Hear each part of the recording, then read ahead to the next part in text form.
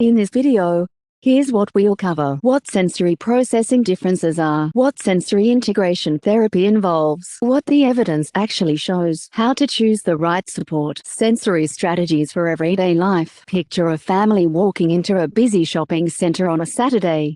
The lights hum and flicker, trolleys clatter, a hand dryer roars in the toilets, and the tag inside a new shirt scratches all the way down one arm. For most of us, that's just background noise. For an autistic child, it can feel like being turned up to full volume with no way to lower it. Within minutes, the child is in tears or bolting for the door, and everyone around assumes it's simply bad behavior. It isn't. It's a nervous system doing its best in a world that feels far too loud.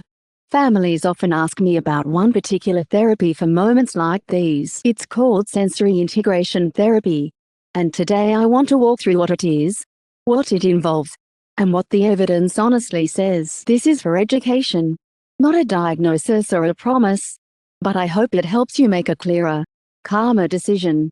Let me start with what sensory processing differences actually are. Most of us blend information from our senses without thinking. When you read a book, you see the words, feel the pages, and barely notice the two working together. Many autistic children process this differently. Some are over-responsive, so ordinary sounds, textures, or lights feel painful or threatening. Others are under-responsive and might not notice cues that would stop the rest of us in our tracks. And some seek out intense input, spinning, jumping, or crashing to feel settled. None of this is a child being difficult. It's a genuine difference in how the brain takes in and makes sense of the world. So what does sensory integration therapy involve? It usually begins with an assessment by a qualified occupational therapist. The therapist watches how the child responds, talks with you as parents and carers, and works out which senses are hardest to manage. From there, they build a plan around your child, not a template. Sessions are play-based and, honestly, they often look like fun. A child might swing or spin to support balance and movement, bounce on a trampoline for that deep body position feedback, or push through messy play and texture toys to get comfortable with touch. Some settings use a sensory room, a safe space with swings, soft lights, and different surfaces to explore. Others use weighted blankets or gentle deep pressure to help calm the nervous system. The thread running through all of it is that the child is guided, gradually, to meet sensory input in a way their brain can handle.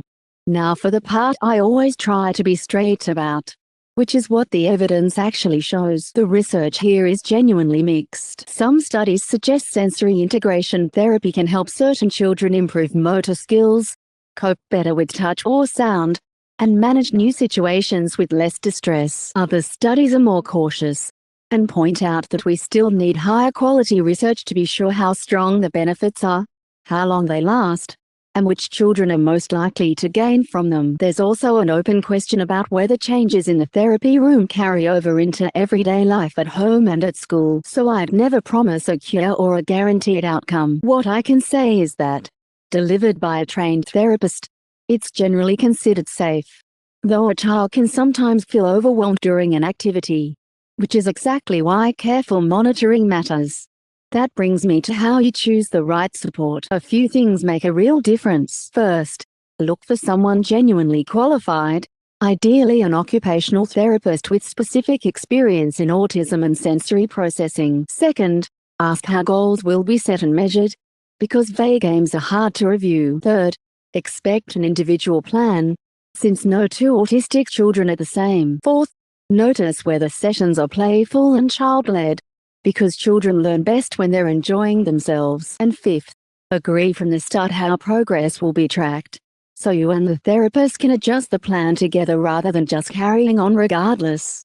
Finally, sensory strategies for everyday life. So much of this work doesn't need a clinic. Many families gently weave sensory support into ordinary days, offering a weighted blanket at wind-down time, keeping a box of texture or fidget toys within reach, or building in calming movement like a walk or some simple stretching. Softening harsh lighting, giving warning before noisy places, and creating one quiet corner at home can all take the edge off an overwhelming day. My one request is this: please check in with your therapist before adding new sensory activities, so that everything you try at home pulls in the same direction as the work being done in sessions. If any of this sounds like your child, you're not alone.